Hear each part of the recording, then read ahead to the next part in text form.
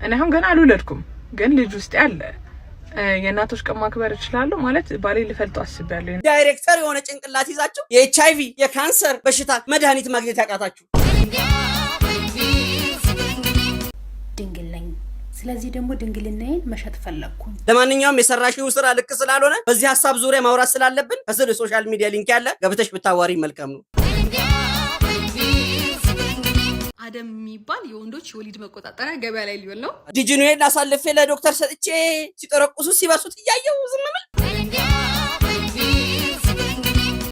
ስሜን በየቦታው ሮማክስ ይላል አባቴ።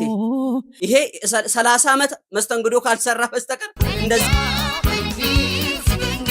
ሰላም የዩቲዩብ ቤተሰቦቻችን እንደምን አላችሁልን? አለን ተኳኩለን እኛም ከቪዲዮቻችን ጎን ለጎን አለን። በአዲስ ቪዲዮ ከቻ ሰብለናል። እኔ ውድ ወንድማችሁ ተሙኑጉሴ እንዲሁም ከዚህ ግስላ ጋር በመሆን ይህን ቪዲዮ ቀሸሸር አርገን ድምቅ አርገን አፈጥ አርገን ይዘላችሁ መተናል። የዛሬን ቪዲዮ ዘና በሉኝ ፈታ በሉኝ እንዲሁም ተደሰቱበት ብሎ ስፖንሰር ያደረገላችሁ እንደ የውል ቪዲዮ ZDM ገስት ሃውስ ኤንድ ስፓ ነው። እዚህ ቤት ውስጥ መታችሁ ምንም አታጡም። ለሴቶች በተለይ VIP አገልግሎት እንሰጣለን እየተባላችሁ ነው። በድርጅታችን ውስጥ የምንሰጣቸው አገልግሎቶች ስፓ፣ ሞሮኮ፣ ሳውና፣ ማሳጅ፣ የስቲም የቢዩቲ ሳሎንም በሴቶች ዘንድ ተወዳጅነትን ያተረፈው የወይባ ጢስን እኛ ጋር ያገኙታል ማለት ነው። ደከም አለኝ ካላችሁ ደግሞ የገስት ሃውስ አገልግሎትም አለላችሁ። በአንድ ጣራ ስር ነው። አጃይብ የሚያሰኝ ነው። አድራሻችን ጀሞ አደባባይ ወደ አጫሉ በሚወስደው መንገድ ወደ ቀኝ ጥፍ ስትሉ ታገኙታላችሁ። እናንተ የሚጠበቀው መደወል ነው። ይሄ ቤት ማንኛውንም የካሽ ክፍያ አይቀበልም፣ እንዲሁ በቼክ አንቀበልም። የሰብስክራይብ በተኗን አርጋችሁ ከርበት ብላችሁ የደወል ምልክቷን ኖቲፊኬሽን ታረጉና ከርበት ብላችሁ የላይክ ምልክቷን ታረጉ። ልባችን በደስታ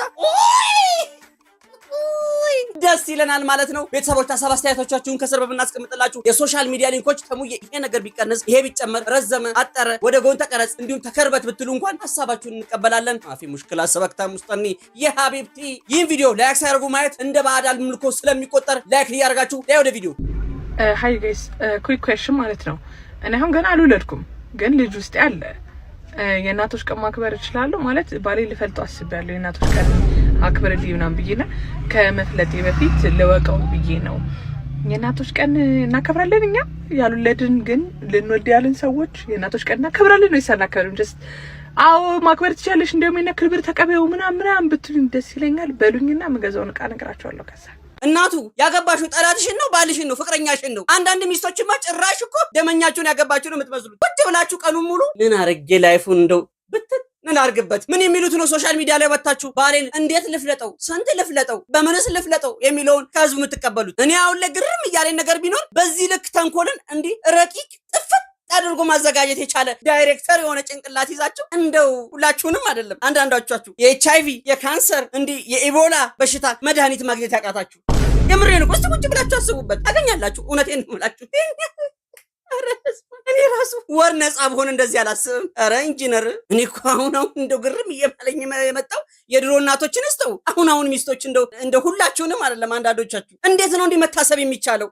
ቁጭ ብላችሁ ነው ነገርን ስፍት ታረጉና ሲመጣ ባለቤታችሁ ልብስ እንደ ቡልኮ በገጠሩ የምታውቁ ሰዎች ታውቁታላችሁ። ወፍራም እኔ እንደው አንዳንድ ጊዜ ሳስበው ፊቴ እንደው ለምልክት የተቀመጠ ፊት ነው ለማለት ያክል ነው የተቀመጠው ይመስለኝ። ጭንቅላቴን አልጠቀምበትም ይሄን ያክል። አሁን እኮ ባልሽን ሄደሽ ጠይቀሽው አዎ ልክ ነሽ እናት ነሽ ቢልሽ እንዴት እስካሁን ድረስ አላስታወስክም እንዴት ሰርፕራይዝ አላረከኝም ብለሽ በነገር ቆስቆሳሽ አሊያም ልትፈልጪው ነው። አይ አይደለሽም ገና ነሽ ቢልሽ አንተ ምን አይነት ማዕተኛ ነህ ማዕት ምጠራብኝ ብለሽ ወይ ቆም ወይ ቁጭ አይል አየር ላይ በጣም ትችላላችሁ።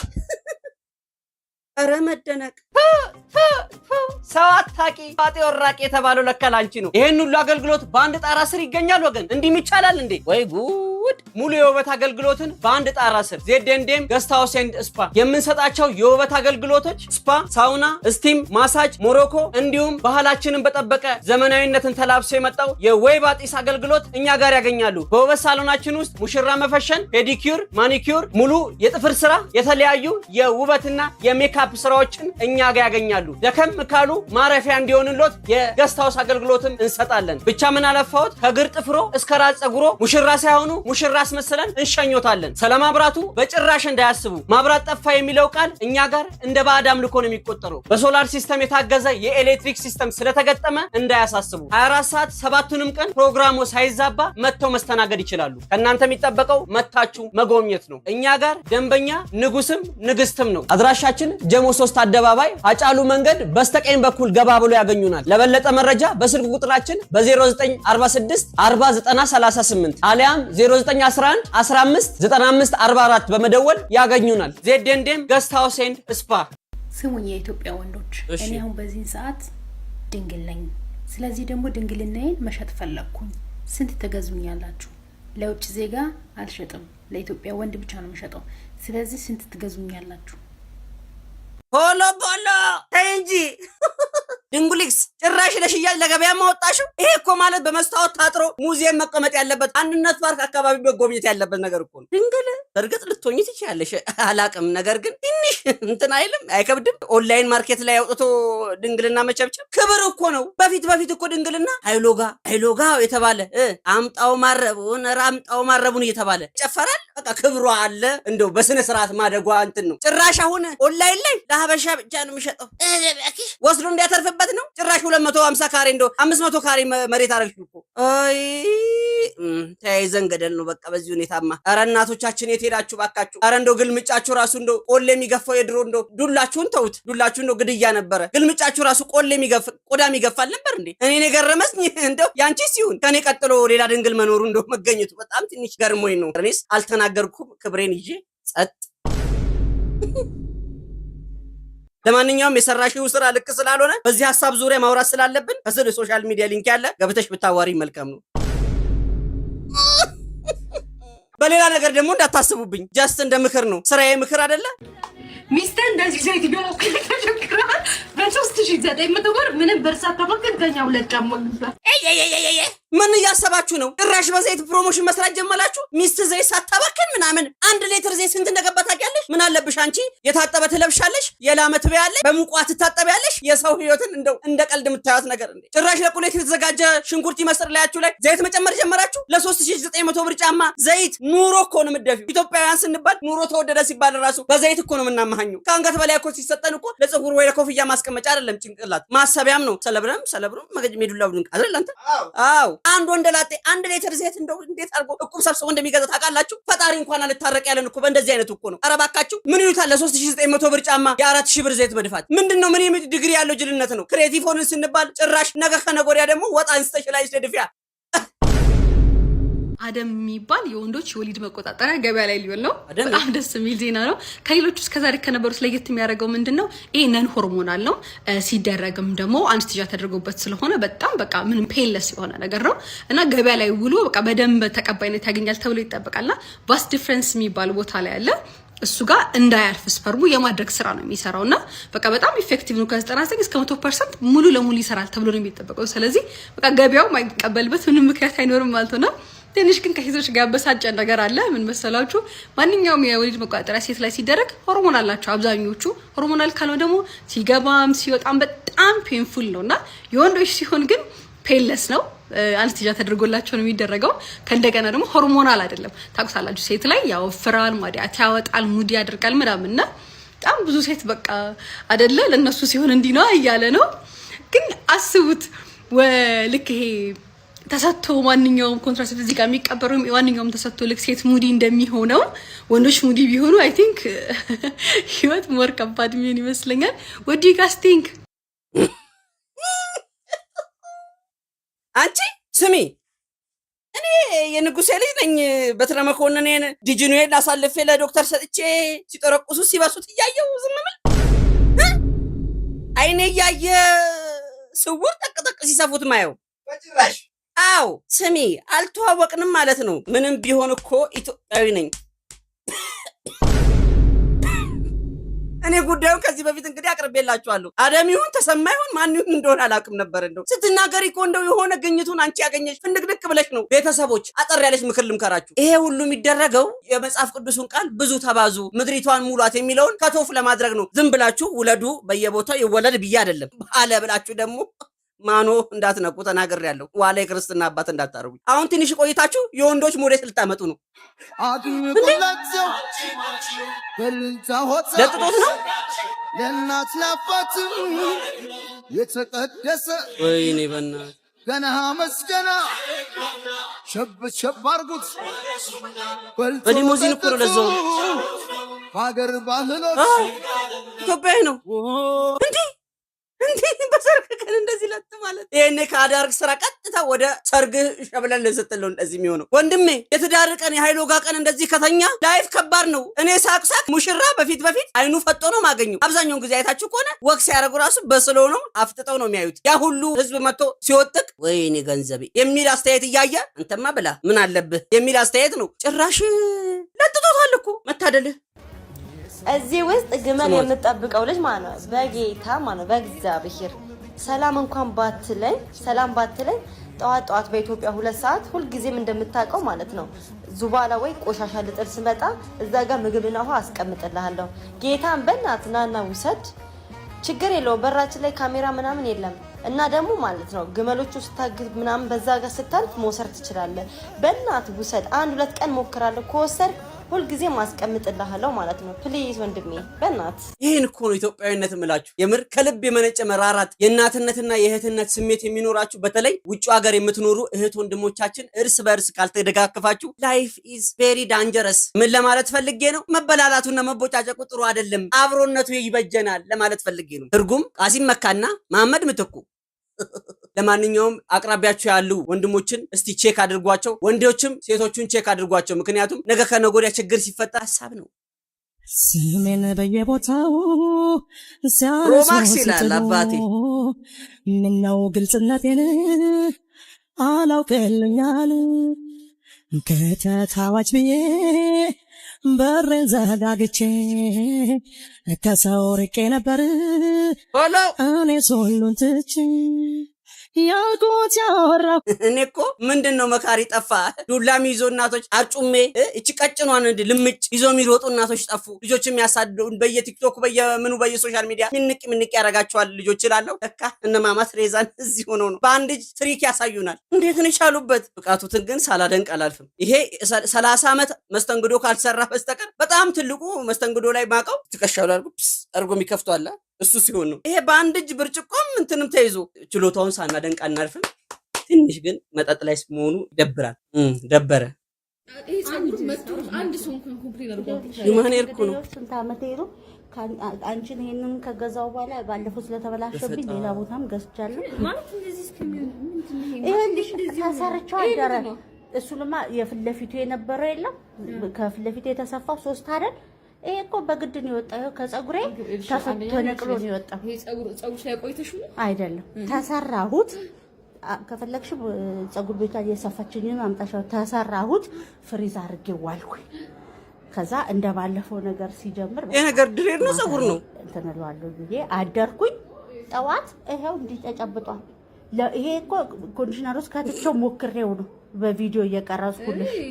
የእውነት ይገርመኝ ማለት እኔ ስልሽ ይሄ ጸጉር ስራ ሊሆን ይችላል። በስራ ጣልቃ አልገባም እንዳታምኑ። በተለይ አሁን እንደዚህ ዝልቅልቅ ብሎ ቁጭ ያለ ጸጉር ካገኘችሁ እንዳታምኑ። በተለይ ለወንዶች አንዱ ነው አሉ እንደውም ጨዋታ ያነሳዋልና ፍቅር ይዞት ከአንዷ ጋር መስተፋቅር ለማሰራት መስተፋቅር ቤት መሄድ ምን ይሉታል? ጸጉሯን ቆርጠ ይዘና ማለት ከዛው ይዞ በጨዋታ አድርጎ ቀረት ሰርጎ ይዞላችሁ መሄድ። መጨረሻ ላይ ምን ቢሆን ጥሩ ነው? ፈረሱ በር ላይ መጣ።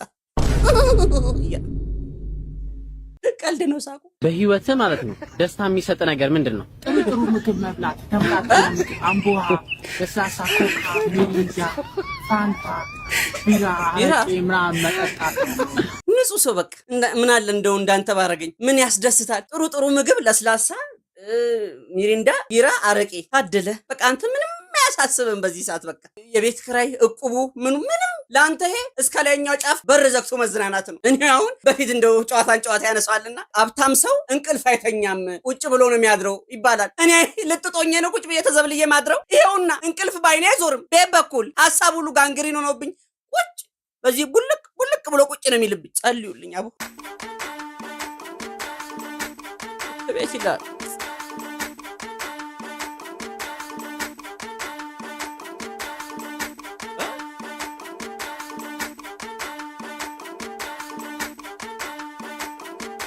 አይ ላይፍ እንዴ ብራይዳል ነው እንዴ?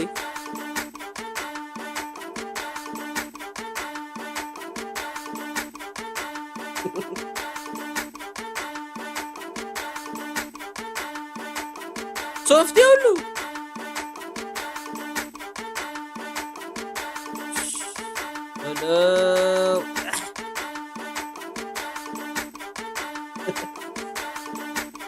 ስንት ሰዓት ልትወጪ ነው? ይሄማ መኖሪያ ቤት ነው የሚሆነው ውስጥ።